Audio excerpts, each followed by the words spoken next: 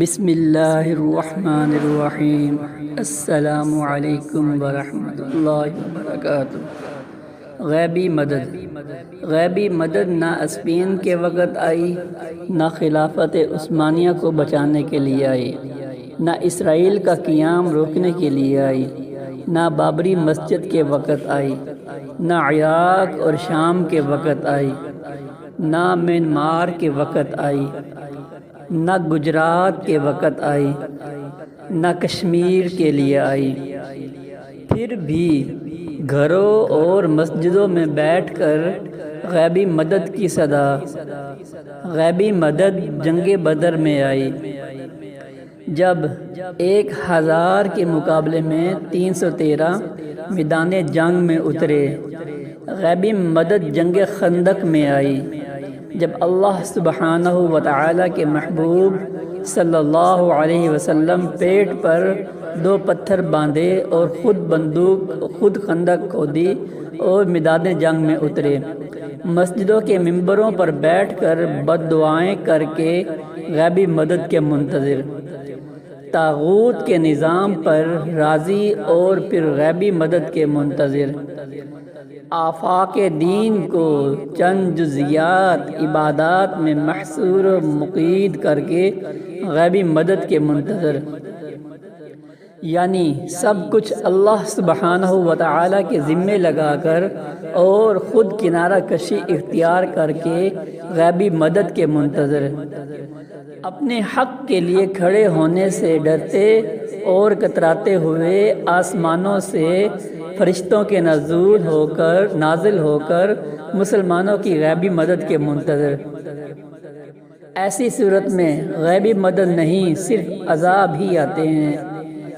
ایک صاحب فرماتے ہیں کہ میں ایک خچر پر لوگوں کو دمشق سے زبدانی لے جایا کرتا تھا اور اسی کرایہ پر میری گزر بسر تھی۔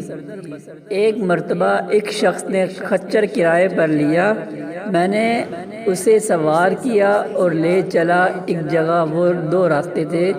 جب وہاں پہنچے تو اس نے کہا اس راہ سے چلو، میں نے کہا میں اس راہ سے نا واقف ہوں، سیدھی راہ تو یہی ہے۔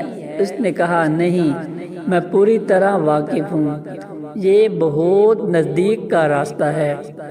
اس کے کہنے سے اسی راہ چلا۔ تھوڑی دیر کے بعد میں نے دیکھا کہ ہم یکایک بیاباں میں آ گئے جہاں کوئی راستہ نظر نہیں آتا۔ نہایت خطرناک جنگل ہے اور ہر طرف لاشیں پڑی ہوئی ہیں۔ میں سہم گیا۔ وہ مجھ سے کہنے لگا ذرا لگام تھام لو، مجھے یہاں اترنا ہے۔ میں نے لگام تھام لی اور وہ اترا اور اپنے کپڑے ٹھیک کر کے چھری نکال کر مجھ پر حملہ کیا۔ میں وہاں سے سرپٹ بھاگا، لیکن اس نے میرا تعاقب کیا اور مجھے پکڑ لیا۔ میں نے اس کی منت تو سماجت کی، لیکن اس نے خیال بھی نہ کیا۔ میں نے کہا اچھا، یہ خچر اور کل سامان جو میرے پاس ہے تو لے لے اور مجھے چھوڑ دے۔ اس نے کہا یہ تو میرا ہی ہو چکا، لیکن میں تو تجھے زندہ نہیں چھوڑنا چاہتا۔ میں نے اسے اللہ کا خوف دلایا، آخرت کے عذابوں کا ذکر کیا، لیکن اس چیز نے بھی اس پر کوئی اثر نہ کیا اور وہ میرے قتل پر تلا رہا۔ اب میں مایوس ہو گیا اور مرنے کے لیے تیار ہو گیا اور اس سے بامانت التجا کی کہ آپ مجھے 2 رکعت نماز ادا کر لینے دیجیے۔ اس نے کہا اچھا، جلدی پڑھ لے۔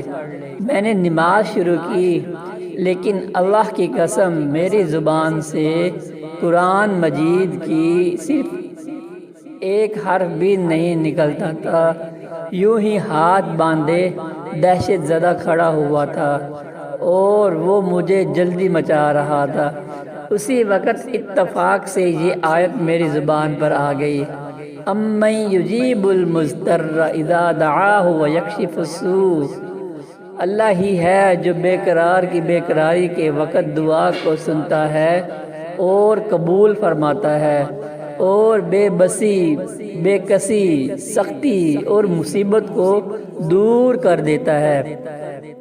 بس اس آیت کا زبان سے جاری ہونا تھا، جو میں نے دیکھا کہ بیچوں بیچ جنگل میں سے ایک گھوڑ سوار تیزی سے اپنا گھوڑا بھگائے نیزہ تانے ہماری طرف چلا آ رہا ہے، اور بغیر کچھ کہے ڈاکو کے پیٹھ میں اس نے اپنا نیزہ گھسیٹ دیا، جو اس کے جگر کے آر پار ہو گیا۔ وہ اسی وقت بے جان ہو کر گر پڑا۔ سوار نے باغ موڑی اور جانا چاہا، لیکن میں اس کے قدموں سے لپٹ گیا اور کہنے لگا، اللہ کے لیے یہ تو بتلاؤ کہ تم کون ہو؟ اس نے کہا، میں اس کا بھیجا ہوا ہوں جو مجبوروں، بے کسوں اور بے بسوں کی دعا قبول فرماتا ہے اور مصیبت و آفت کو ٹال دیتا ہے۔ میں نے اللہ کا شکر ادا کیا اور وہاں سے اپنا خچر اور مال لے کر صحیح سالم واپس لوٹ آیا۔